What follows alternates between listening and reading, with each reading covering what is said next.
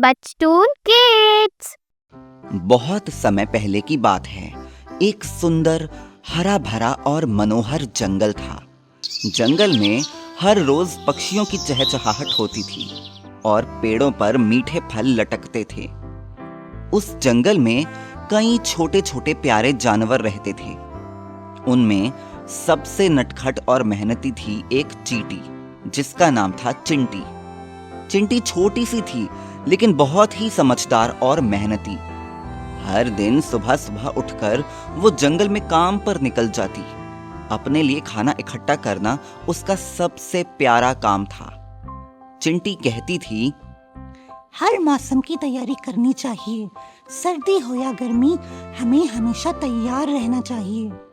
वहीं दूसरी तरफ थी गुल्ली गिलहरी।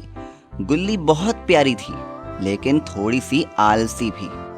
वो दिन भर पेड़ों पर उछलती कूदती खेलती रहती थी। क्यों मेहनत करूं? मस्ती करने में ही मजा है।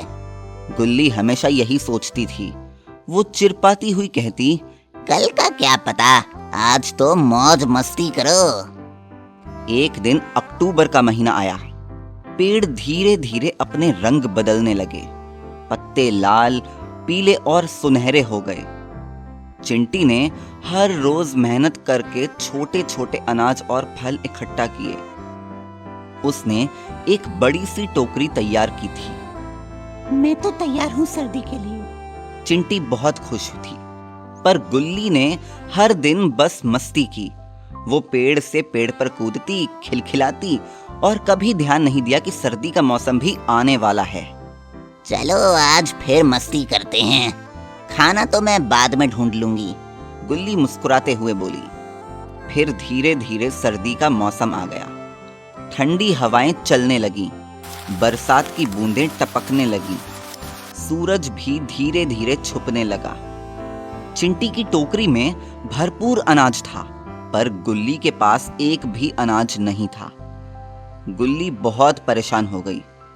अरे नहीं, अब मैं क्या करूं? खाने के बिना तो मैं बहुत कमजोर हो जाऊंगी। गुल्ली रोने लगी। उसने अपने छोटे छोटे हाथों से चेहरे को छिपा लिया। तभी चिंटी अपने घर से बाहर आई। उसने देखा गुल्ली की ये हालत।